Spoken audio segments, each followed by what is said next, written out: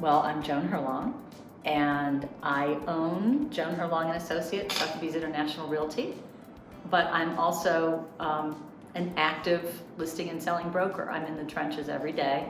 I've got about 40 agents working for the company now, so I'm actively involved in recruiting and training, but I have my own personal clients as well as the company clients. And I've been with Sotheby's International a little over 4 years now. So I've been doing this since 1993. And so the question for me eventually became, do I want to be an independent contractor with a large company?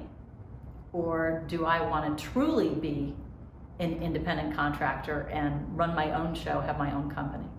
And that's what I did in the middle of the recession in 2011. Not a great time to start a new business, but couldn't be a worse time. You know, when I first affiliated with Sotheby's 4 years ago, I think we were a total of maybe 10, 12 agents, but 10 not including me, I guess. And I had not recruited any of them. That was never my intent to form a large company or even a medium company or even a small company. My intent was to go out on my own, have my one assistant, Venetia, who's my dear friend as well, and just do my thing and do as well as I was doing before. That didn't work out. I had these 10 agents who had joined me organically.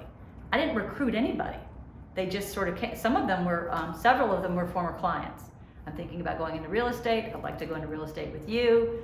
And then when I was being recruited by Sotheby's, their COO asked me the question, are you a real estate agent who finds herself running a company?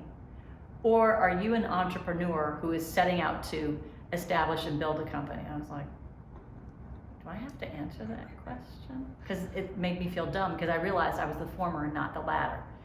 And they said, if you're serious about this, if you're serious about this new phase of your career, whether you want to recognize it or not, we are here to give you the tools to really build a real estate company. And they have certainly delivered. You can't just recruit new people, certainly not new to the business. You always have to recruit the people that you already have. Because if you're only talking about growth, then you fall into that trap of just hiring a bunch of warm bodies. And I refuse to dilute my standards in order to have more agents. And then there's this jihad in terms of, do you just want experienced agents, or do you want agents who have a really interesting background, something interesting to bring to the table, but are new to real estate?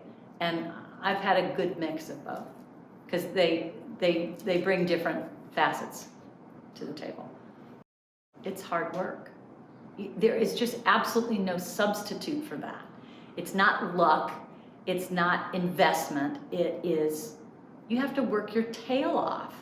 And I don't think anybody in my company can identify anybody in my company who works harder than I do. And that is a really important thing. And I don't do that to be a role model, I just do that because I do that. But the minute that somebody else is working harder than I am, then I've become guilty of do as I say and not as I do.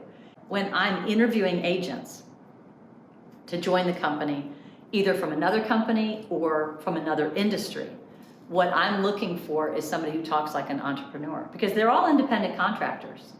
And I meet with everybody who wants to twice a year, roughly every June and then again in December. And one of the questions that I ask them is, what is your 5-year plan? If they don't have a 5-year plan, they're not in it.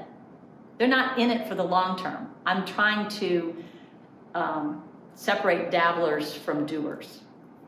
And if they don't have a 5-year plan, or if that terrifies them, then they're just kind of, well, maybe I'll try real estate. That's not somebody that I'm going to be interested in. Other companies might, but that's not the type of profile that I'm interested in. I guess my 5-year plan is to move into more of a, gosh, it sounds so aged, but into more of an emeritus position where I'm doing more consulting and mentoring rather than actual listing and selling on a daily basis. The thing is, I like it. So it's kind of hard to give up something that you enjoy because, you know, as my daughter pointed out, you don't even know when you're working sometimes. If it doesn't feel like work, it's a good way to spend my time.